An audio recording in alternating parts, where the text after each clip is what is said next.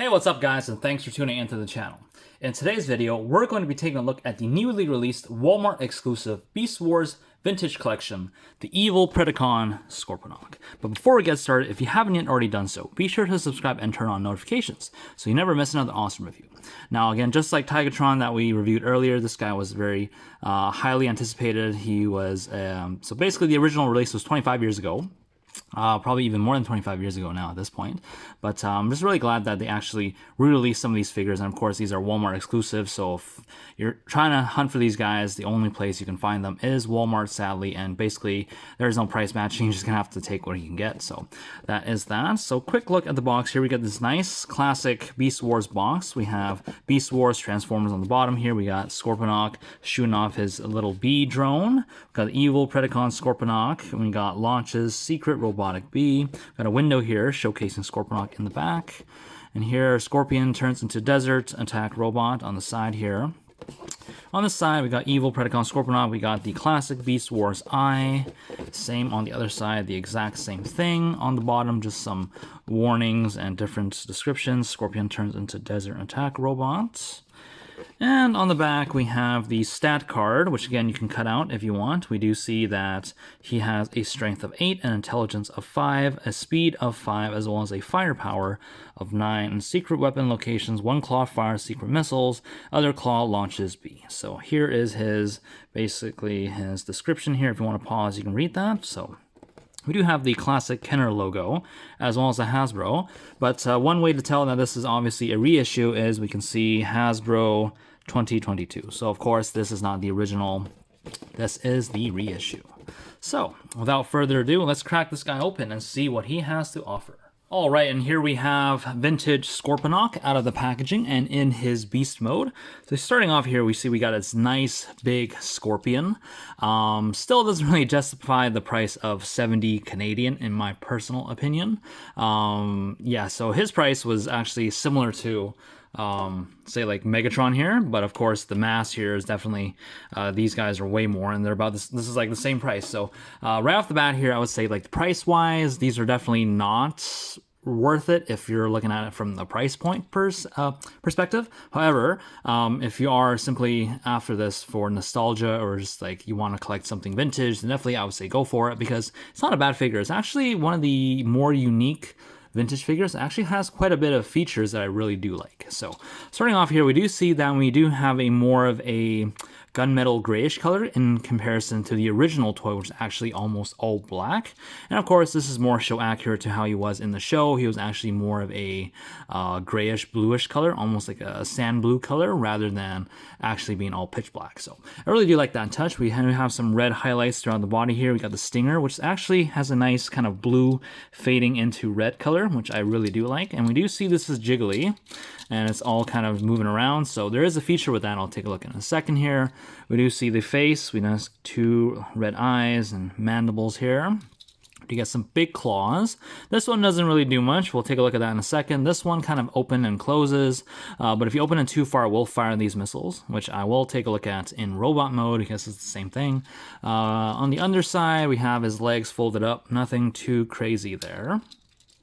So in terms of features, basically, like I said, all the features are the same, whether you're in robot mode or you're in beast mode, but let's just take a look at one of them in beast mode. So we do remember, like I said, the tail is kind of on a jiggly, it's almost, there's a lot of parts to it, and there's this lever here. So what you would do is you would put your index finger in front of the tail, and you would put your thumb on this lever, and you would just push forward, and you can see he's got a stinging action here, which is really cool. He kind of just stings people in front of him. You can kind of bend this up a little bit so then you can kind of get more, sting more people, trying to sting his own head. So yeah, there's that gimmick, which is really, really cool. And like I said, the other 2 gimmicks I'll just take a look at while we're in robot mode. So in terms of articulation here, nothing with the head. The arms are kind of on a swivel here. There is a hinge as well as another hinge here. There is a swivel in the elbow here as well as a swivel here at the hand. So quite a bit of arm articulation for this guy. And the only other articulation is the tail here is on a hinge, so you can hinge that there. This is on a swivel, so you can turn that around, as well as this tail, you can kind of hinge it back to around there, or you can hinge it forward to right here. So other than that, there's not really much articulation. You can move these legs a little bit, but you can see they're just one fixed piece, so they're not really getting too much out of that. So yeah, that is it for articulation. Let's take a quick look at some comparisons. So the only one I'm going to do actually is just with his Kingdom version. I can't remember if I actually did a review on this guy, but so this is the Kingdom version. Definitely looks creepy.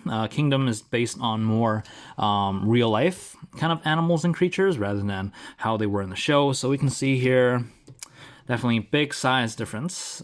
This is more, like I said, realistic. The robot one actually looks more true to the show than this guy. But of course, if you're looking for features and size, of course, this guy does have it.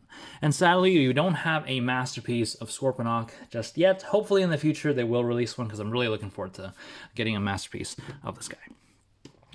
So yeah, that is that. Now, without further ado, let's take a quick look at transformation. Just something I want to point out that we do have an instruction booklet with Scorponok here, and we do see that it's in the vintage kind of instruction style, kind of just like that. Very, very cool, very simple, but we do get a booklet this time compared to Tigatron, which is just a cutout on the back.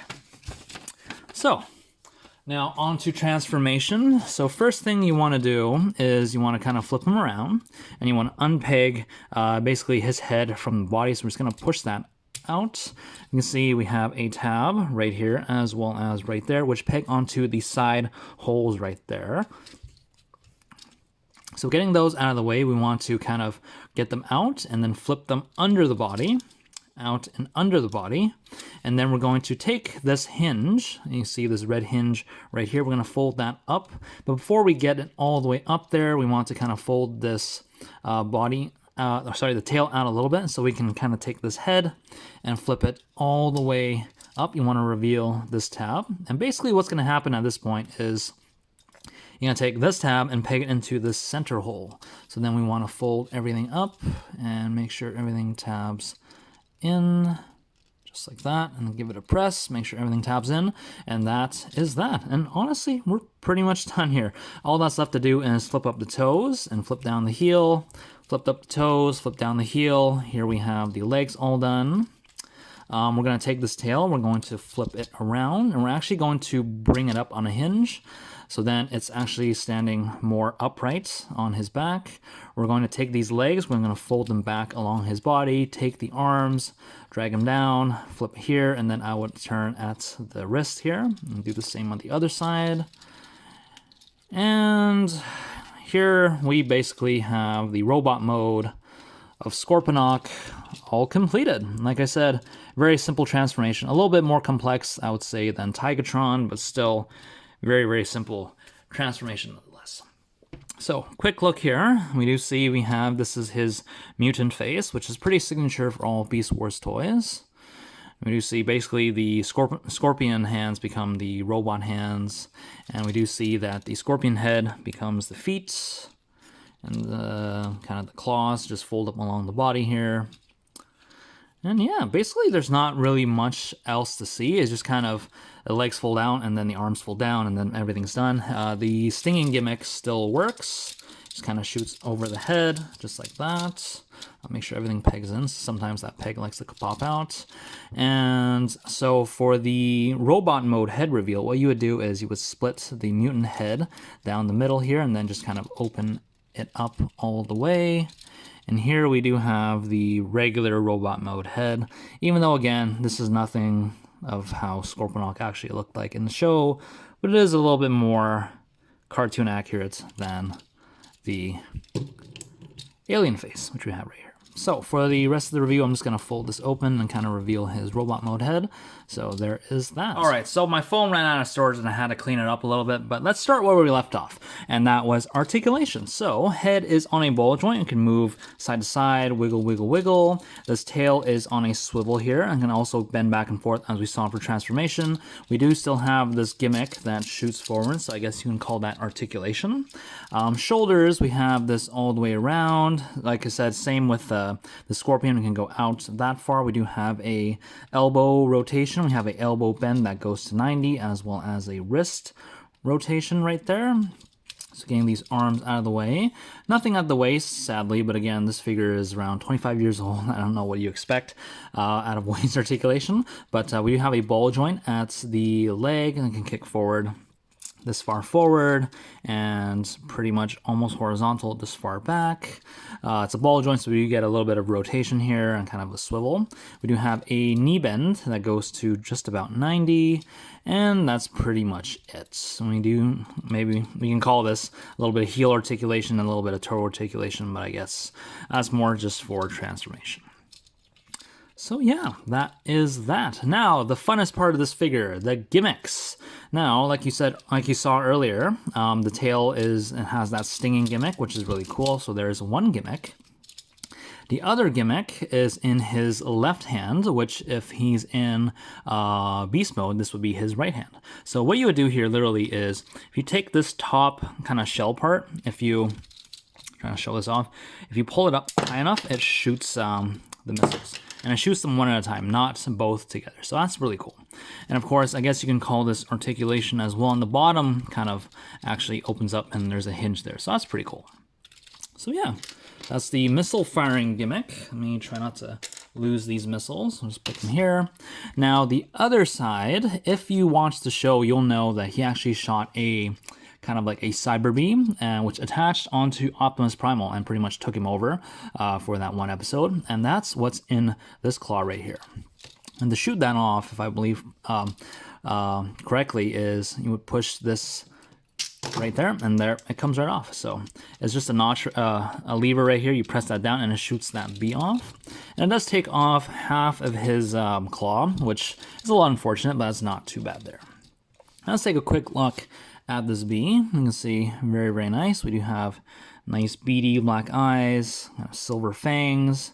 We do have nice kind of striped detail for the abdomen, and we do have the wings here as well, which sadly aren't really, I don't know, if you actually take a look, I guess you can see kind of like some vein detail, which is how these bees should have on their wings. So I guess you could say that. In terms of articulation, there's not really much. That's on a spring. The head is on a spring. And I do just notice that he does have 6 little legs. So that's pretty cool. So yeah, and to put this back, very simple. You take the head, flip it around, take the butt, flip it around, close this up. And you just want to hold it like this. And you would take this kind of hole right here and you plug it onto this post on his hand, just plug it in, and that should hold in just like that. So yeah, that is it for the gimmicks. I really do like the gimmicks on this guy. Really kind of made him special, especially for something so far back. To have this many gimmicks is really, really cool. So, all right, now for some quick comparisons here. Here he is next to Kingdom Scorponok. As we see, the size difference is quite a bit of a size difference. We're actually looking for show accuracy. Definitely Kingdom takes the cake. But in terms of gimmicks, he only has kind of the idea of the gimmicks that this old one has. Because if you open this hand, we have the missiles. But they're just a piece they plug in. They don't shoot. And on this side, if you open it up, we do see we have a bee as well.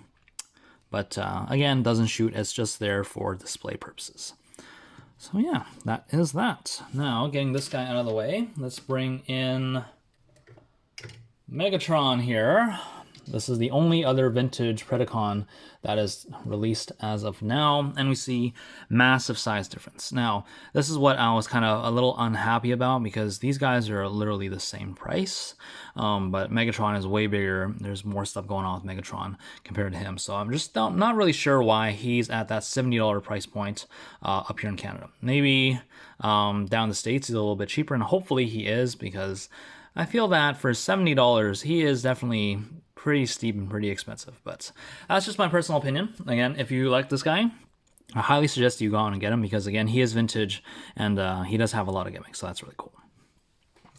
Now, moving these guys off to the side, let's just bring in the rest of the team here. Here we have Tigatron, which I reviewed earlier, Cheetor, which is just a different color of Tigatron, or actually I would say Tigatron is a different color, a recolor of Cheetor. Here we have Primal. as well as little rat trap, which hopefully he can stand. Perfect. So yeah, that is all of the vintage Beast Wars figures that are released as of now. There are more on the way. There are already pictures of Cybershark as well as Wolfang, which are soon to be released at Walmart. Those, however, were never characters in the show, so I don't know if there's going to be any real recolor or retool for those guys. Nice. So, Beast Wars Vintage Scorponok. I definitely do love this figure. I said the colors on him are definitely better than what they were originally. Even though black was not a bad color, this is definitely more show accurate.